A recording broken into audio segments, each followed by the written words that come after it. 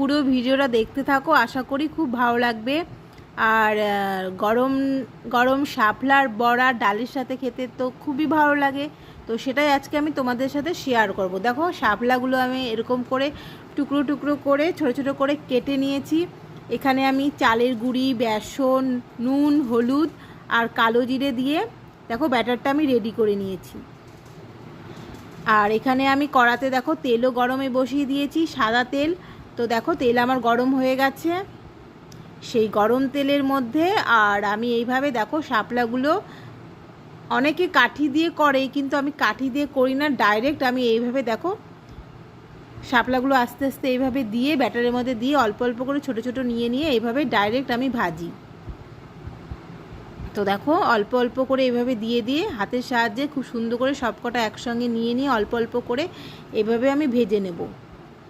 আমি কাঠি দিয়ে সাধারণত করি না, তো আমি এইভাবে ডাইরেক্টই ভাজি। আর গরম ডালের সাথে খেতে তো খুবই ভালো লাগে। আর এখন বাজারে যেহেতু প্রচুর পরিমাণে শাপলা পাওয়া যাচ্ছে, আর শাপলা সারা বছর তো পাওয়া যায় না, এটা যেহেতু শাপলার সিজন, তো তাই ভাবলাম রেসিপিটা আজকে তোমাদের সাথে শেয়ার করি। তো দেখো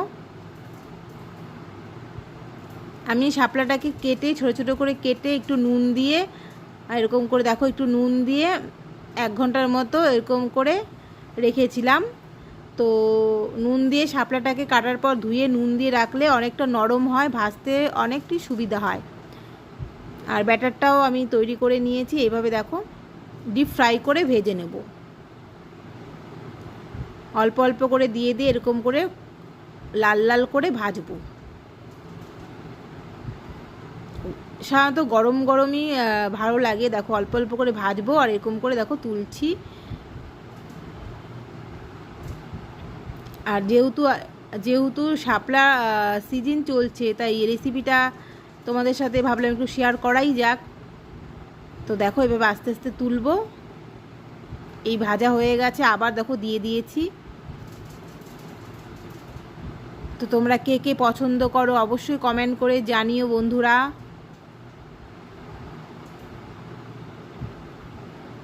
এখনকার বাচ্চারা কি বলো তো, কিছুই তো এসব খেতে চায় না, কিন্তু আমরা কি বলো তো এইসব শাপলা তারপরে শাক সবজি খেতে ভালোবাসি। তাই বাচ্চাদের এভাবে ভেজে দিলে ওরাও খায়।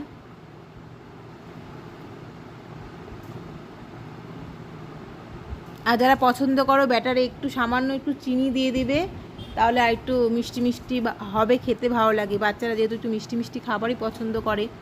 তো আমি সাধারণত মানে ভাজা